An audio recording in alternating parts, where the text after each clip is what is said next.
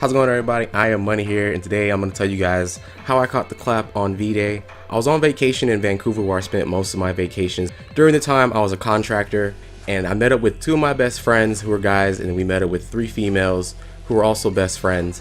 And we all chose, and apparently I chose wrong because I met this girl, and she was the sweetest little thing. She wasn't necessarily my type, but after going 8-9 months without any JJ, I didn't necessarily have much of a type. Don't get me wrong, she was attractive, just not my type. She was Palestinian, I believe, and when we first met, she was explaining to me how she was a Muslim, and she was just so innocent seeming, and she was younger, and eventually we got to the point to where we kicked it off and we had good conversations. And then fast forward to later that night, we're messing around and she's taking off her clothes, and eventually she gets down to the panties and she's like, hey, you know, I don't want to go too fast or go too far because I'm a virgin.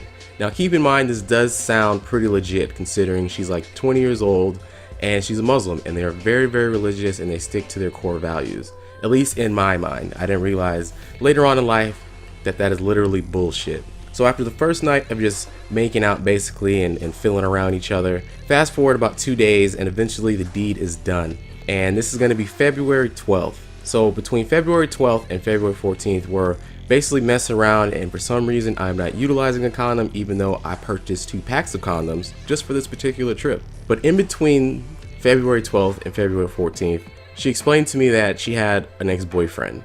And this ex-boyfriend didn't get very far. They messed around, and essentially the furthest she'd got sexually was the tip. Now, that sounds fucking stupid, but after 8-9 months of any vagina and me not necessarily caring what the fuck she's talking about, just being more concerned with her getting undressed, I kind of threw it to the side and I didn't think anything of it.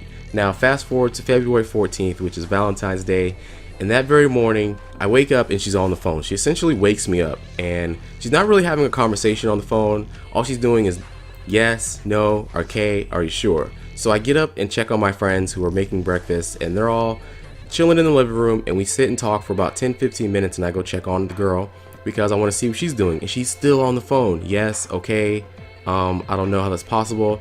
So then I leave the room and I go back to the living room, and then after another 5 minutes I go back into the bedroom where she's finally getting off the phone, and she says to me, we need to talk. I say, you know, it's not even an issue because I already googled it and there's a Planned Parenthood less than 2 miles away from here. Now she's looking at me kind of crazy and she's like, that's not what the issue is. I haven't taken a pregnancy test. And I'm like, good, dodged a bullet. She says, we still need to talk, and she says, I have chlamydia. And in my mind, I'm thinking, how the fuck is that possible considering you're a virgin? And like any young person, she continues with this lie of, well, my ex-boyfriend, he put the tip in and the tip of his penis must have been contaminated with chlamydia. So I'm like, okay, that sounds fucking stupid. You're fucking stupid. But there's really nothing I can do about it because I'm on vacation and I do not have medical coverage over in Canada. Not to mention, for my company, if I was to utilize it, I would have to explain it and I'd be in some deep shit. So oddly enough, I'm not upset because I'm just a carefree person, and I go out into the living room and I tell my friends, dude, I got chlamydia, and they're like, for real? And my friends are kind of wondering, like, how did I catch chlamydia from a virgin? And they dubbed it the Immaculate Conception, and that is technically what we call the story ourselves. And my friend explained to me that all you need is a penicillin shot and it's not permanent.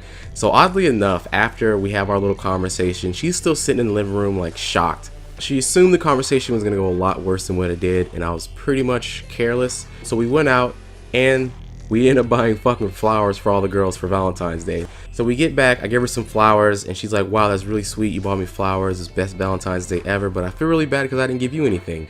I said, no, you gave me the clap, the gift that continues to give. So that was my little story on how I got the clap on V-Day. Hope you guys enjoyed. When I got back overseas, all I got was a penicillin shot and it was good to go. And that's all taken care of. Catch you guys next time. I am Money out.